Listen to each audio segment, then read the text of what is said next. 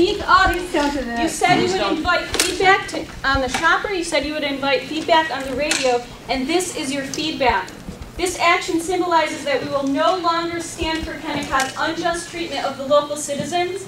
Kennecott has not allowed citizens to speak at community advisory group meetings in the past, except during bathroom breaks. Kennecott, you may have received your government license to mine in our community, but you have not received your social license. And because of the inherent risks of sulfide mining to freshwater resources and your corrupt and ignorant actions, thus far you will not receive a social license, and I recommend you leave our community. I also would like to ask many of the citizens on this committee, why have you turned your back to us? You do not represent us, you represent your own interests. Michelle, thank you for your support. Jessica, thank you for pointing out the poor transparency of Kennecott. Sulfide mines cannot exist alongside of precious freshwater resources. If my statements and those of other community members fall on deaf ears today because they are heartfelt and emotional, all I can say is that I have tried the scientific approach. I have tried writing and talking to government officials. I have tried speaking at public hearings, and none of these approaches have worked. But I have found one approach that is not susceptible to corporate money and lobbying. Our strength lies in our local citizens, and we will fight peacefully with all we have to stop the Eagle Project.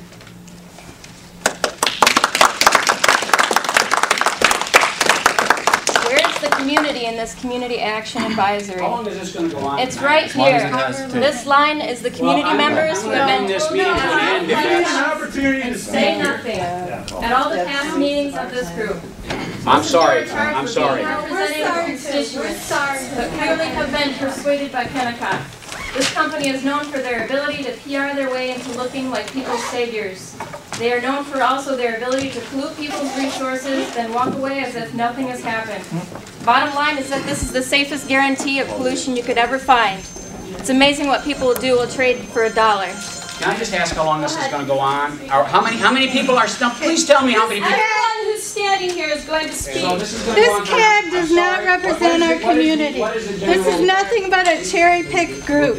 John, you gagged us long enough. That's why we nicknamed this the gag meeting, not the CAG meeting. There are probably only about 3 or 4 people, well now one less, on this board who truly care about the UP and are ethically representing it in the majority of the people who live here. The rest of you are selling your souls and the soul of the UP to this company that has been anything but ethical in their treatment of the environment and its inhabitants. You are just helping to create a legacy that you will undoubtedly regret before you die if you have a conscience. Your grandchildren will not be proud.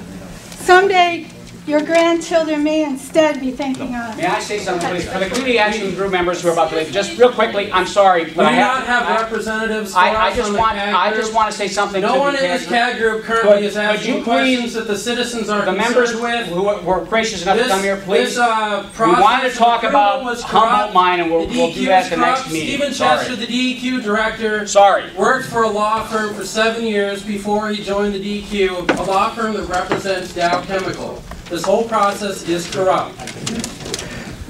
As a resident along the Yellow Dog River, business owner and father, don't call me I'm very concerned about our future. Corrupt. We are both downstream and downwind of this proposed mining operation. We have not seen a single case of Kennecott not polluting. They are notorious for their actions and lack of honesty, and still some decision makers are blind.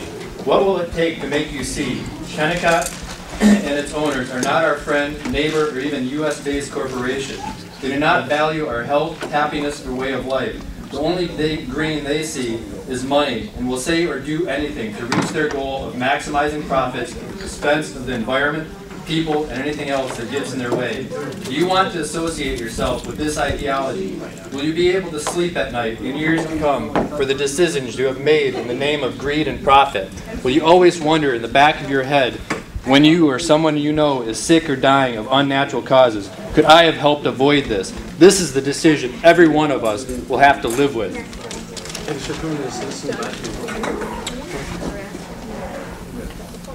I'm just really intrigued by how Kennecott elects to add a little bit more to the story every time you appear in public. And it seems the deal's already done before you come and tell us. So we would have liked to talk about something at Humboldt Mine tonight, but we couldn't get there, apparently. We already know about it, okay? Anyway, this is travesty to our community, and you plan to destroy all that we've come here to tell about how we love this area, and you're here to destroy it, Mr. Cherry, and that's a tragedy.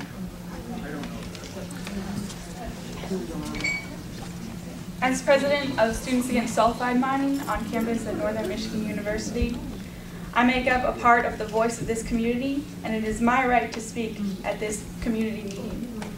Wednesday, SASM collected over 200 signatures in less than 4 hours that oppose this mine. This is just a fraction of this community. Why is Kennecott not hearing our voices? The Community Advisory Group is a dog and pony show. This is all set up for you, Kennecott. This has nothing to do with our community. We need you to listen to us, and you're not doing it. We need the government to listen to us, and they're not listening to us. What can we do but this? This is who we are. This is the community. This is the voice. We're not being listened to. Thank you. This break in your established protocol is to remind you of the farce that you've created by naming this the Community Advisory Group. By silencing public participation in these groups, you've alienated most members of this community that are active in this. I do understand that you did select these people to represent certain townships and communities, but I think you controlling public comment in these meetings has forced us to take this stand.